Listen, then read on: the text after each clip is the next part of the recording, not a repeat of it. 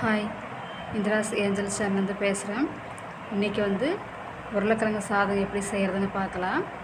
First உருளைக்கிழங்கை வேக வச்சு எடுத்து வச்சுக்கணும். அதுக்கப்புறம் நம்ம எண்ணெய் காய்ச்சதும் அது கூட கடுகு பொரிச்ச உடனே வெட்டி வச்சுருக்கிற வெங்காயம், பச்சை மிளகாய், கருவேப்பிலை எல்லாம் சேர்ந்து நல்லா எண்ணெயில் பொன்னிறமாக வதக்கிக்கலாம். அந்த கண்ணாடி பதம் வரும்னு சொல்லுவாங்கள்ல, அந்த ரேஞ்சில் நம்ம நல்லா வதக்கிக்கணும். அப்போ தான் நம்ம சாப்பிடும்போது சாப்பிட்றதுக்கு நல்லா டேஸ்ட்டாக இருக்கும். இப்போ பாருங்கள், நல்லா வணங்கி வந்துடுச்சு.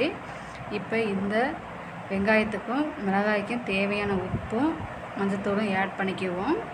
அதிகமாக உப்பு ஆட் பண்ணோன்னா வெங்காயம் சாப்பிடும்போது ரொம்ப கரிப்பாக இருக்கும். இதுக்கு மட்டும் நம்ம சேர்த்துக்கிட்டால் போதும். மீண்டும் நம்ம சாதம் போடும்போது அந்த சாதத்துக்கு தேவையான உப்பு போட்டுக்கலாம். இப்போ பாருங்கள், அதுவும் நல்லா வணங்கிடுச்சு. இப்போது இந்த ஸ்டேஜில் நம்ம வச்சுருக்கிற கொஞ்சம் கரம் மசாலா, அதாவது குழம்பு மிளகாய் பொடி கொஞ்சம் ஆட் பண்ணிக்குவோம். இது எதுக்குன்னா நல்லா ஒரு காரமாகவும் இருக்கும், சாப்பிடும்போது ஒரு ஸ்பைஸியாக இருக்கும். அதுக்காக தான் இப்போ இதையும் இது கூட நல்லா சேர்த்து நம்ம அந்த எண்ணெயிலேயே வதக்கிக்கணும். அந்த பச்சை வாசனை அதில் வரக்கூடாது. இப்போ பாருங்கள், இதுவும் நல்லா வணங்கிருச்சு.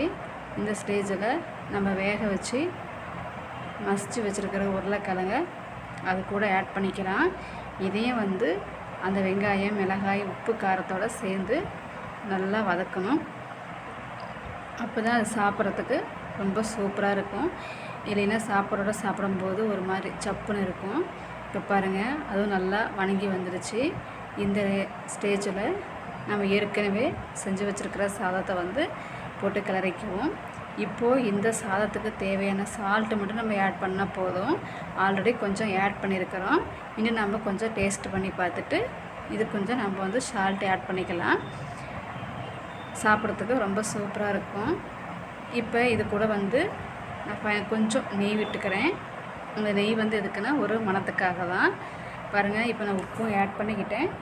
இதையும் ஒரு 2 டைம் கரை விட்ட உடனே நம்ம நெய் ஒரு 2 ஸ்பூன் ஆட் பண்ணிக்கலாம். அது நல்லா டேஸ்ட்டாக இருக்கும்.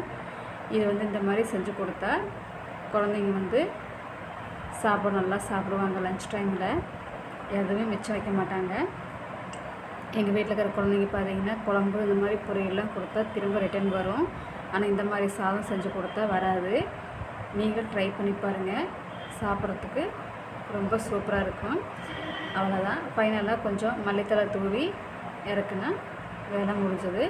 இது லஞ்சுக்கு ஈஸியான ஒரு மெனு தான். Okay, thank you.